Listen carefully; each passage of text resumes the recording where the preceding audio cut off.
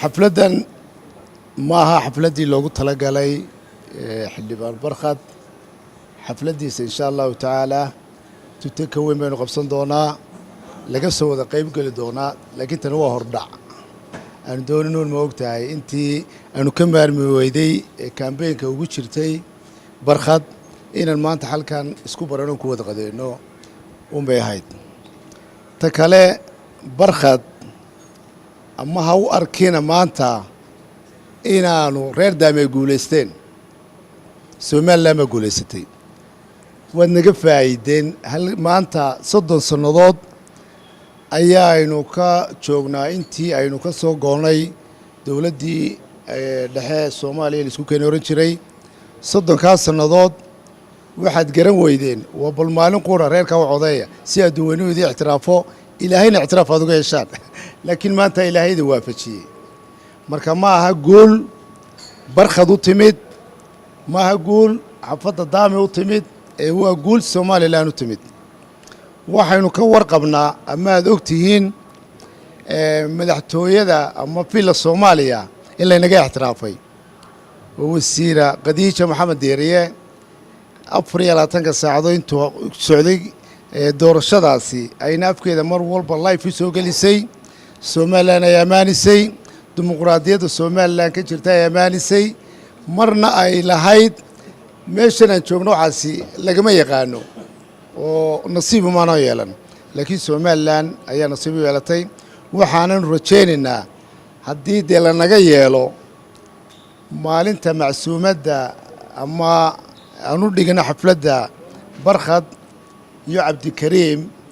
in aanu dalbano haddii laga yeelano wasiiradaas nagala soo qayb gasho xafladda maadaama ay ictiraaftay oo iyadu xamar joogta ayna soo ambaliyeenisay giddi intii campaign-ka ku jirtay baa ambaliyeenisay oo Gaboose ugu horeeyo Cirro oo madaxweynuhu ku jiro cid walba ku jirto ay soo ambaliyeenisay iyadana dee xaq waxaanu leenahay qofka bilaadanka inuu abaalka celiyo in iyada aynu invitation u dirano ta kale waxaan idin sheegay dimuqraadiyaddu aniga inankayga ay sharaxnaa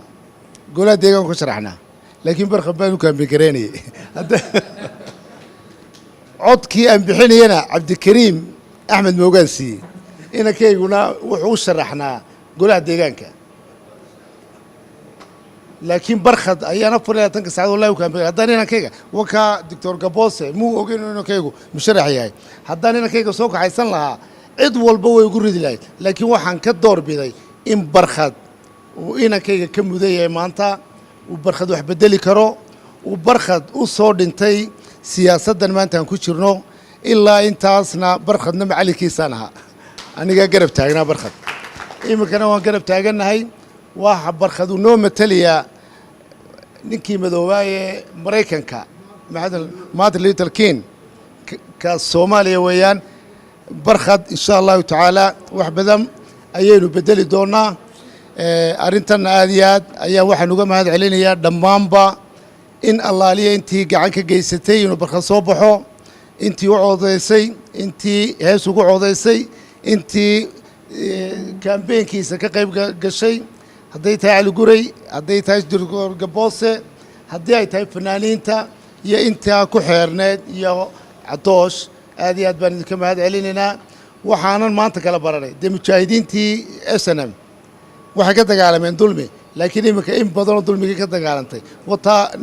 barkhad soo garab taagtay laakiin inta kale waxaan leenahay dulmigii ka dagaalantay in dulmiga ma ogtahay xafada lagu hayo ay maanta ka dagaalamaan dulmi kale maanta oo dibadda inaga jooga ma jiraan inay ka dagaalamaan insha Allah taala waxaan noo rajaynayaa guul Somaliland oo la ixtiraafo Somaliland oo barwaaqa